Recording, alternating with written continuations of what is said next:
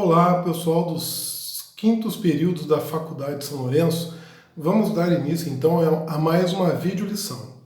Bem, vamos fazer então uma primeira abordagem para que vocês possam entender efetivamente o que vem a ser os direitos reais em garantia.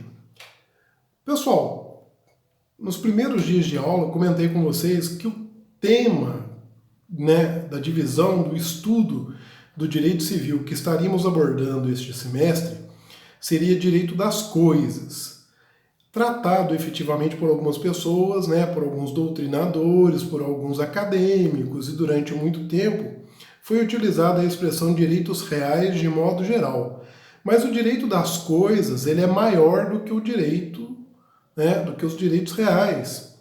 É por isso então que agora nós vamos tratar dentro do direito das coisas, dentro da temática direitos reais, nós vamos tratar efetivamente dos direitos reais em garantia. Pois bem, pessoal, o que acontece? Quando usamos a expressão direitos reais em garantia, estamos associando duas coisas. Primeiro, estamos colocando a condição que se trata de direitos reais, que é o sujeito, que a pessoa tem sobre algo, sobre alguma coisa, e que efetivamente ele está disponibilizando esse direito real em garantia.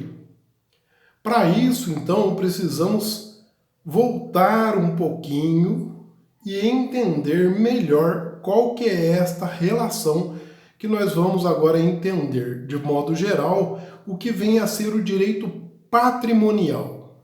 Pois bem, o direito patrimonial engloba o direito das coisas, tá? Ou os direitos reais, ele engloba o direito das coisas e engloba também aquilo que vocês já aprenderam em semestre anterior, que são os direitos relacionados às obrigações. Então, quando você fala de direito patrimonial, você está falando de direitos reais, / direito das coisas, e direito das obrigações. Por quê? Porque o patrimônio ele vai envolver tanto as obrigações quanto o direito das coisas propriamente dito. Então vamos lá. O que acontece? O devedor, ele sendo proprietário de um bem, ele vai disponibilizar este bem em forma de garantir o pagamento, correto? Por isso que existe essa correlação entre o direito das obrigações e os direitos reais em garantia.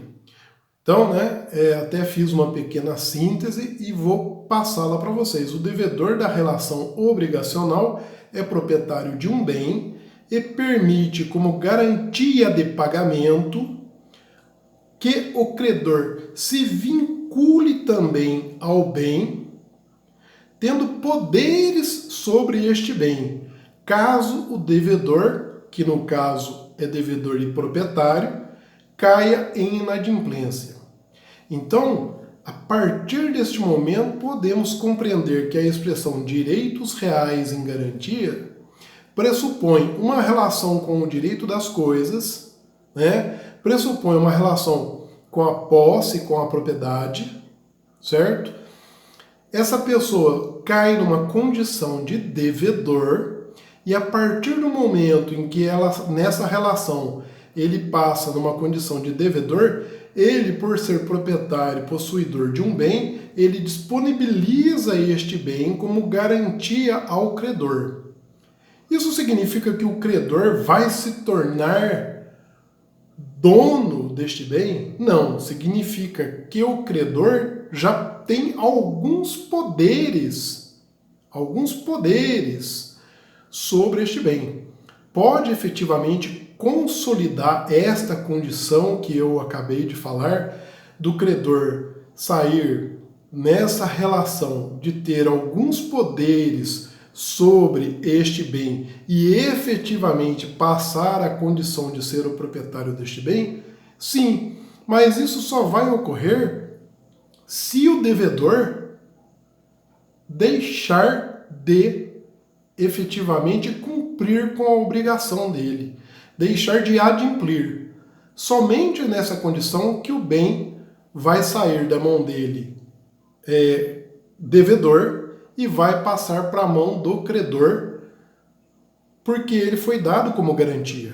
Correto, pessoal? Então, a primeira coisa que a gente tem que colocar na mente é entender claramente o que são direitos reais em garantia. E aqui está o primeiro introito para a gente poder entender isso. Tá joia, pessoal? Obrigado e até a próxima videolição.